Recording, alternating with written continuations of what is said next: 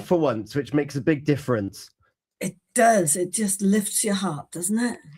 It really does. Fills your soul.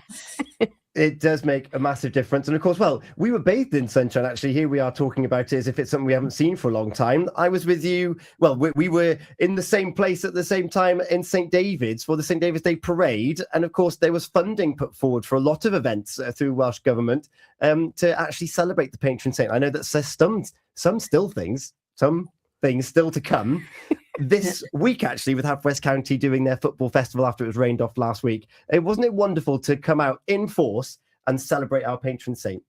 It was absolutely lovely. The atmosphere was wonderful because I think it's rained every day since Christmas until that point. So it was great. And, there was just a really warm community spirit there. And it was all the little girls dressed up in their Welsh outfits and dragons, and of course we had the samba band leading the way.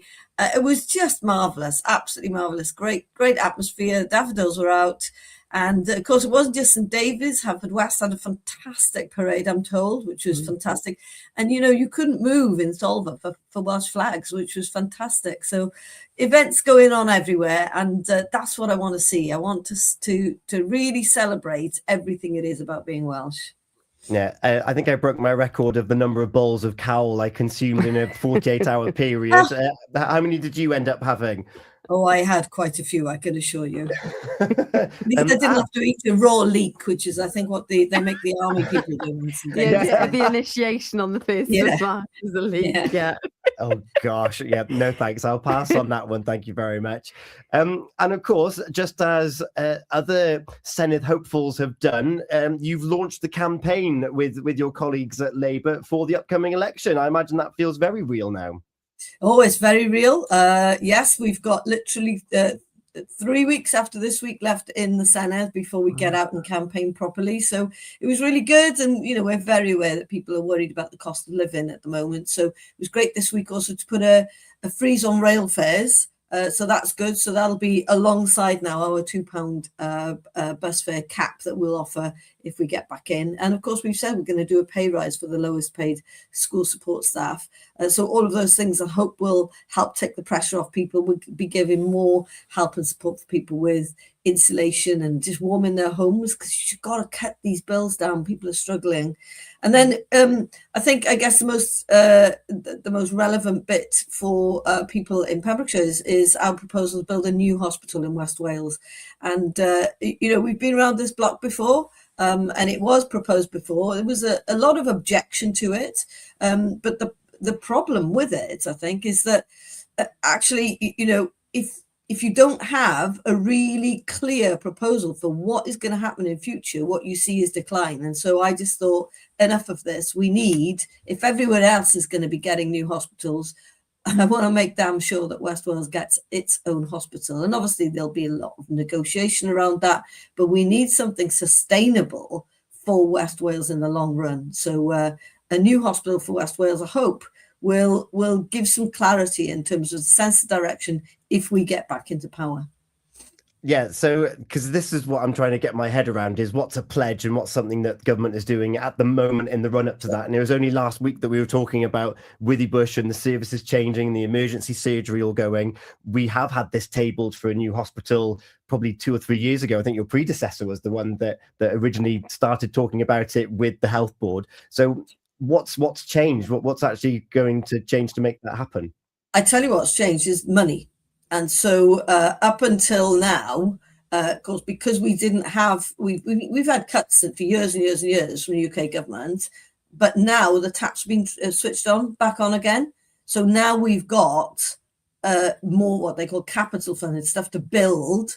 And we're saying, absolutely, we're going to start building again. And it's not just, you don't think about it, it's not just about them providing this new service. It's also about, think about the jobs you create in building a hospital, it's remarkable. So look, a lot of it has been kind of worked up before. Obviously, you'll have to go back to consult with the public and whatever. But we can't keep going like this. We can't keep being in a situation where there's no clear plan for what the future looks like. And what I wasn't going to have is going into election without a plan.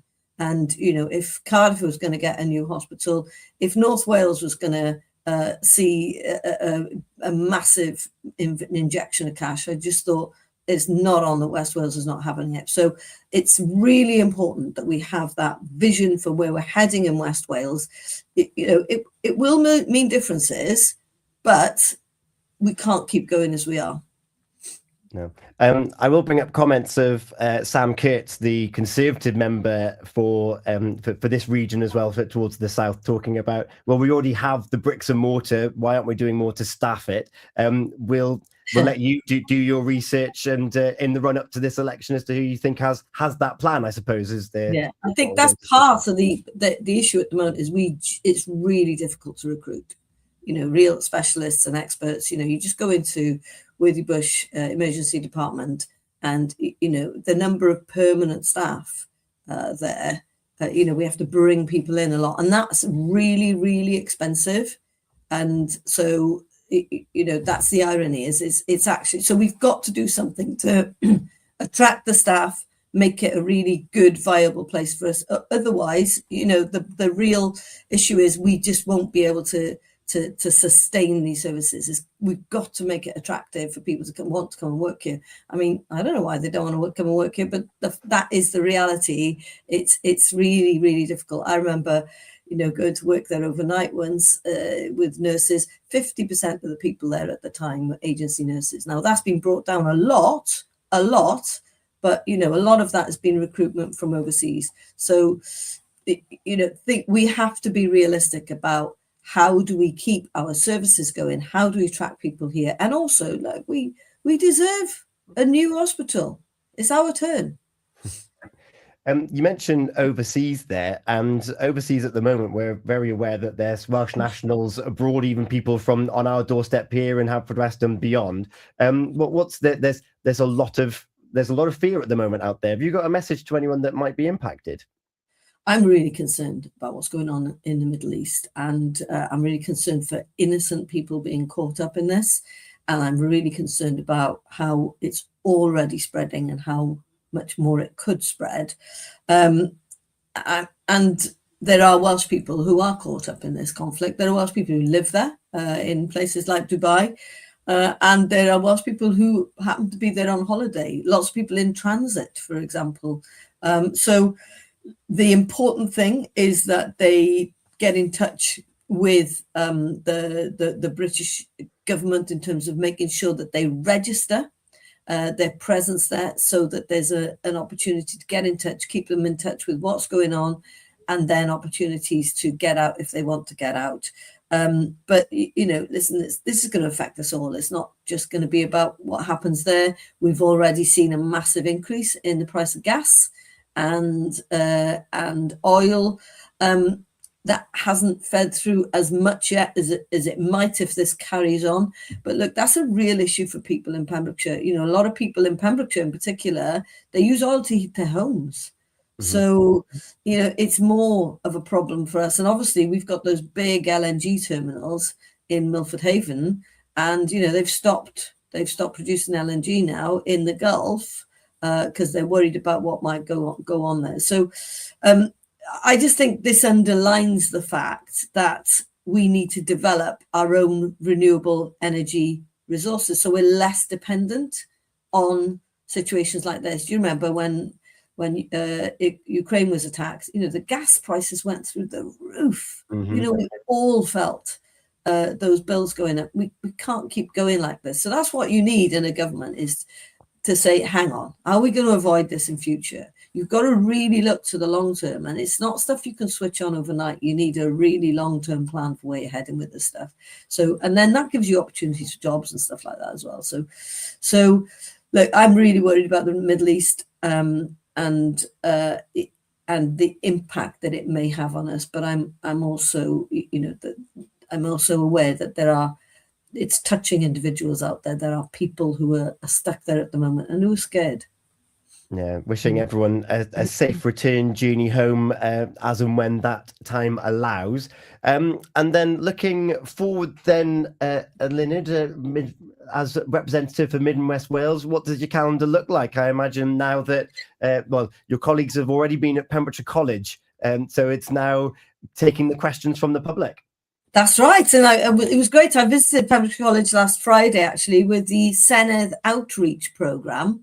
So I was there meeting students there because I was unable to go to the discussion they had on Monday because we had our launch at the same time. So Mark Tierney represented Labour at that event. But it was really good. And of course, it's important because 16-year-olds will be allowed to vote for the first time. And, they need information. Often they're more aware than older people because they're on TikTok and whatever, and they do get information. But it was really important. Sometimes you just need to explain, how it works. What does the Senedd do? We're responsible for health and education and the economy, and then we're the ones who give the money to the local government so that they can look after your bins and your roads and your libraries and your parks and stuff. So all of that kind of basic explaining how the system works. And it was good because you get questions then. One of the lads that was challenged me about Milford School needing a new building. So it was really nice to be able to say, look, it's on its way. We've built new school in Haverfordwest High. We've got the new Caerellen School. There's new schools throughout the county, but Milford Haven's coming next. So it's not. It's just about there now in terms of being fully agreed. Yeah. And lastly, your song choices this week, they've very much got a theme around them. Oh, definitely. This is all about women this week. Listen, in my life, it's all about women every week, but there we go. This week is International Women's Day, and it's on the weekend. And so it was great. I went to a couple of events last night. I'm just about to go off to visit a women's health hub. We've got women's health hubs around the whole of Wales now, which is brilliant. It's one of the commitments I made when I became First Minister, because I think we've got to get women's health taken really seriously. Sometimes women feel that they're not listened to, and that their issues are not taken seriously. And things like research, is amazing. You think about how much money goes into things like Viagra and how much money goes into helping support women with period pains. It's crazy. So we have to. So I put more money into research for women's health. And so I'm really keen to make sure that we celebrate all it is to be a woman this weekend. And that's why I've chosen two songs with the theme of women. So I'm Every Woman and Girl is on Fire by Alicia Keys this week. And that's on the way next. Thank you so much for your time as ever on this Wednesday morning, and have a lovely week. And we look forward to catching up to seeing what the headlines are next week. Diolch yn fawr iawn. Thank you. It's 20 minutes past 8. Folly Farm sponsors